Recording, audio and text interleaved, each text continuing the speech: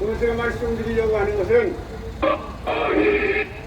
평화를 원하면 전쟁을 준비하라, 그 제목으로 말씀을 드리려 합니다. 조금 전 사무총장이 말씀한 대로 엊그제는 6.25였습니다. 6.25 71주년 1945년 8월 6일 히로시마에 원자탄이 떨어졌습니다. 3일 후 8월 9일 나가사키에 또 한 방이 떨어졌습니다. 그러므로 일본이 무조건 항복을 해서 2차 대전이 종식이 되었습니다. 1910년 한일 합방으로 망한 조선이 꿈에 그리던 해방이 어떤 것입니다. 36년 동안 그처럼 원하던 해방 이루지 못했으나 원자탄 2방으로 말미암아 해방을 맞았습니다. 36년간 조국의 독립을 위하여 목숨 바친 약 7,000명의 독립운동가들이 아까운 목숨을 잃었습니다만 꿈을 이루지 못하고 원자탄 2방으로 우리는 해방을 맞게 됩니다. 그러나 해방을 이루었으나 나라는 혼돈과 무질서에 빠졌습니다. 그때 당시 우리 국민 80%가 문맹이었습니다. 그래서 공산주의냐 민주주의냐가 무엇인지도 알지 못하는 그런 갈림길에서 이승만이냐 김일성이냐 하는 선택의 기로에 놓이게 되었습니다. 남한은 이승만 자유주의 민주국가를 선택을 했고 북한은 김일성 사회주의 공산주의 그것을 택하고 말았습니다. 그 후 70년이라는 세월이 지나고 보니 남한은 세계 10위권의 경제 대국이 되었고 북한은 세계 최악의 거지 나라가 되고 말았습니다. 오늘날 세계가 평가를 합니다. 남한 한국은 천국다움이 한국이고 북한 지옥다움 생지옥이라고 말하고 있습니다. 천국과 생지옥으로 나누어지게 됩니다. 밤에 위성에서 본 한반도의 그림은 남한은 대나처럼 환한 반면 북한은 칠흑 같은 절벽, 옆에서 누가 따귀를 때려도 알지 못할 정도의 캄캄한 절벽이 되었습니다. 미국에서 온 유학생이 이런 말을 합니다. 택배 물건을 아파트 앞에 집 앞에 놓고 그냥 갑니다. 그러니까 그 유학생이 하는 말이 아니 저거 누가 집어가면 어쩌려고. 영국에서 온 유학생이 말합니다. 새벽 2시, 3시에도 마음 놓고 거리를 다닐 수 있고 공원에 산책을 할 수 있는 자유로운 나라, 이런 나라 세상에 어디 있느냐. 한복을 합니다. 자동차가 고장나면 산속이든 바닷가든 어디든지 간에 전화하면 10분이나 30분 내면 달려와서 고쳐줍니다. 그것이 대한민국. 미국에서 오솔길을 가다가 자동차가 고장나면 신고하면 빠르면 6개월이라는 겁니다. 감기 걸려 머리가 지끈지끈 어질어질. 그래서 병원에 가면 우리는 즉각 고칠 수 있으며 의사를 만나 처방을 받을 수 있습니다.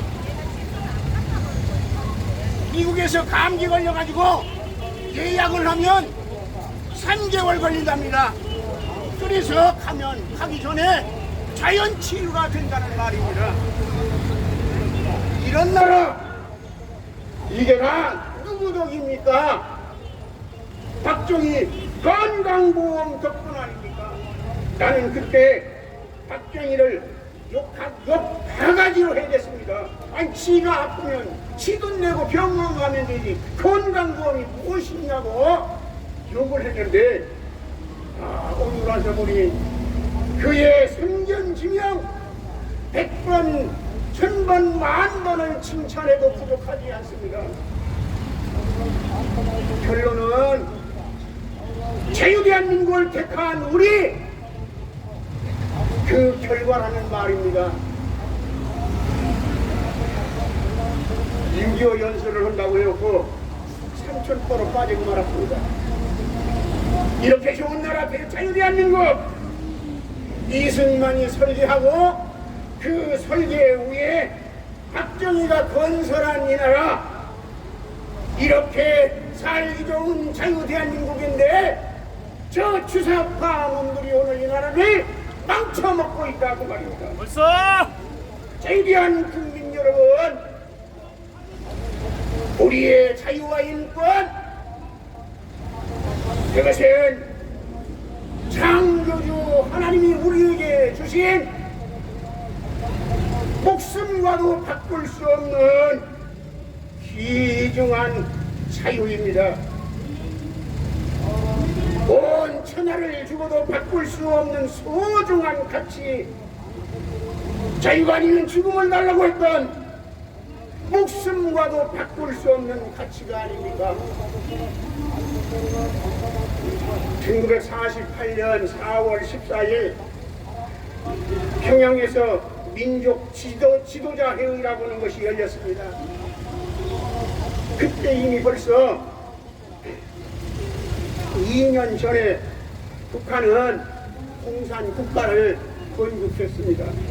그래 놓고서 김일성, 김두봉이가 남한의 민족 지도주의자 정치인들을 초청을 해가지고 통일을 논의하자. 그래서 생각 있는 많은 사람들이 거기 가면 공산당 놈들에게 이용당할 것이 뻔하다고 모두가 다 반대를 했습니다. 그런데 이상주의자 김구와 김주식은 경조장에서 많은 청년들이 반대를 하고 막고 있는데 뒷문으로 창문을 열고 뛰어내려 슬그머니 가서 북한으로 갔습니다. 그래서 김구는 김일성과 평화 조약을 맺고 왔습니다. 그리고는 이 우리 민족끼리라고 하는 소리 그 타이틀 아래 우리는 같은 민족끼리 서로 사이좋게 살자 가짜 평화 조약을 맺어놓고 바로 2년 후에 김일성은 낭침을 한 것입니다. 김일성이 낭침을 하기 위해서 소련 스탈린에게 수없이 가서 전락했습니다. 낭침을 허락해주고 지원해달라고. 그러나 번번이 빠꾸를 맞고 헛걸음을 했어요. 김일성이는 마지막 뼈를 낸 것이 박헌영이를 대동하고 갔습니다. 양쪽의 공산주의자 박헌영이를 대동하고 가서 스탈린을 졸릅니다. 이 사람이 증인인데 우리가 만일 남쪽으로 침략해 가면 서울에서 대대적인 환영식이 있을 거라고, 국민들이 두 손 들어 우리를 환영할 거라고 그렇게 설득을 했어요. 이 사람이 그 증인이라고. 그러니까 마지못해 스탈린이 그러면 마음대로 해라 하면서 대신 중국의 모택동에게 가서 허락을 받게 해라. 그러고는 탱크 242개를 내주었습니다. 김일성이는 그 탱크 242대를 앞세워서 1950년 6월 25일 남침을 시작한 겁니다. 김구는 평화협정을 맺고 돌아오는 길에 수없는 탱크가 도열되어 있는 것을 보고 수많은 군인들이 집결해 있는 것을 보고 생각하기를 이승만은 이제 끝났구나. 이승만이 나라를 세운다고 하지만 이제 공산화 되는 것은 분명하구나. 그래서 그는 포기를 하게 됩니다. 그가 정말로 원했고 평화를 원했다면 남쪽에 내려와서 그 대책을 강구했어야 할 것인데 그는 아무런 대책을 세우지 않았습니다. 더군다나 이승만 박사가 부통령을 제안했는데 그것을 단칼에 거절해버리고 말았습니다. 그래서 결과적으로 김구는 6.25를 불러들인 결과를 자초하고 말았다 그 말이었습니다. 결과적으로 열심히 통일 노력을 했지만은 그는 대한민국 건국에는 오히려 걸림돌이 되었더라 그런 말입니다. 학자들은 말합니다. 만일 김구에게 정권이 갔더라고 하면 오늘 자유대한민국은 없고 공산주의가 되었을 것이다 결론을 그렇게 내립니다. 아마도 김구는 그처럼 통일 노력하고 해방을 원했지만은 그의 꿈속에는 아마 통일된 조선반도의 대통령이 되는 것이 그의 꿈이었는지도 모르겠습니다. 6.25의 참상 우리 국군 젊은이들이 13만 명이 죽어갔습니다. 미군이 3,500명이 죽었습니다.